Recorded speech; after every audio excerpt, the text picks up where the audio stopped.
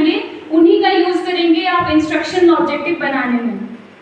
First domain है आपका knowledge, next है कॉम्प्रिहेंशन और एप्लीकेशन। इन तो 3 डोमेन्स में जो जो एक्शन वर्ब आएंगे, आगे मैं बताऊंगी कौन कौन सी एक लिस्ट है एक्शन वर्ब की, उनका यूज करके आप इंस्ट्रक्शनल ऑब्जेक्टिव बनाएंगे और इन्हीं इंस्ट्रक्शनल ऑब्जेक्टिव पे आपकी इवैल्यूएशन बेस्ड होती है।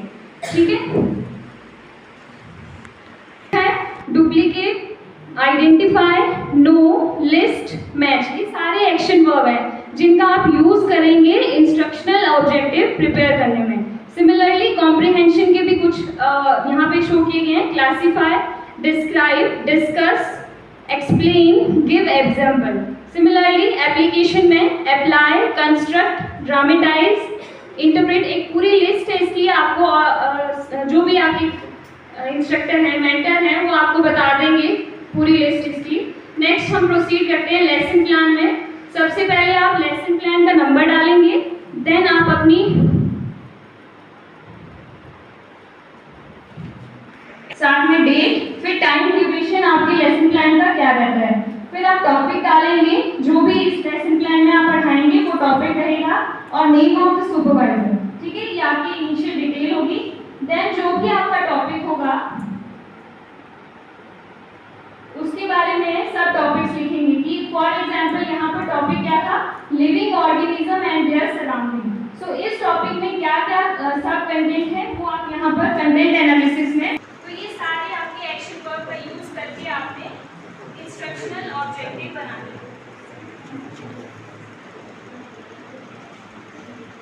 दो तरह की टीचिंग एड रहेंगे, स्पेसिफिक टीचिंग एड और general teaching add. General teaching add में जो भी आपकी बेसिक चीजें होगा वहां पे वो गलतियां ना दोहराएं, क्योंकि यहाँ पे जब आप इस रियल सिचुएशन आपको प्रोवाइड करवाई जाती है सिमुलेशन में, वहां पे आपको पता चल जाता है कि हम कहाँ पे वीक हैं।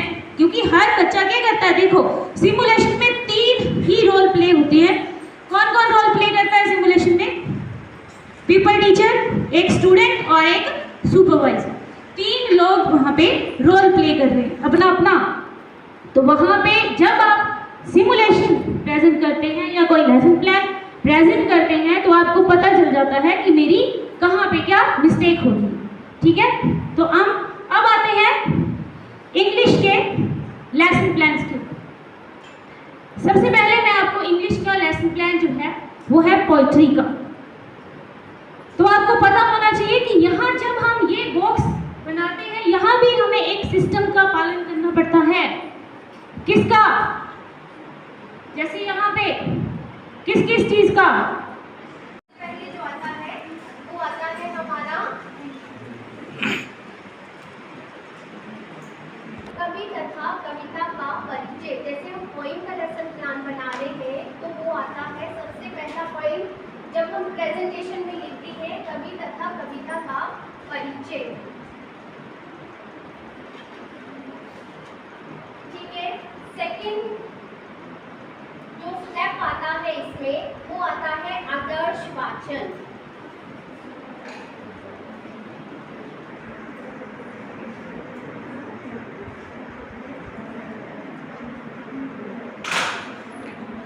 आदर्श वाचन यानी कि मॉडल देना। आदर्श वाचक जो है कविता का उचित लय, ताल को ध्यान में रखते हुए क्या करता है, उसका आदर्श वाचन जो है वो करता है। कैटेगरी में कन्वर्ट कर दिया है, दैट इज कॉल्ड स्किल और क्रिएटिविटी। और ब्लूम ने अपनी टैक्सोनॉमी को रिवाइज भी किया हुआ है, ये बताया भी गया है शायद आप लोगों को क्लास में। वो जो उसकी ट्राइंगल बनती है वो ट्राइंगल अब उल्टी कर दी है उसने। जो नॉलेज आती थी ना सबसे पहले, वो अब उसने सबसे नीचे ले आई, सबसे नीचे लाया। क्योंकि अब हमारा पर्पस क्या है, एक टीचर का पर्पस क्या होता है कि बच्चों को जो है उनकी ये जो सोच होती है, जो आइडियाज उनके माइंड में इनकलकेट करवाना। क्योंकि जब तक बच्चे के माइंड में आइडियाज नहीं होंगे वो क्रिएटिव कैसे बनेगा।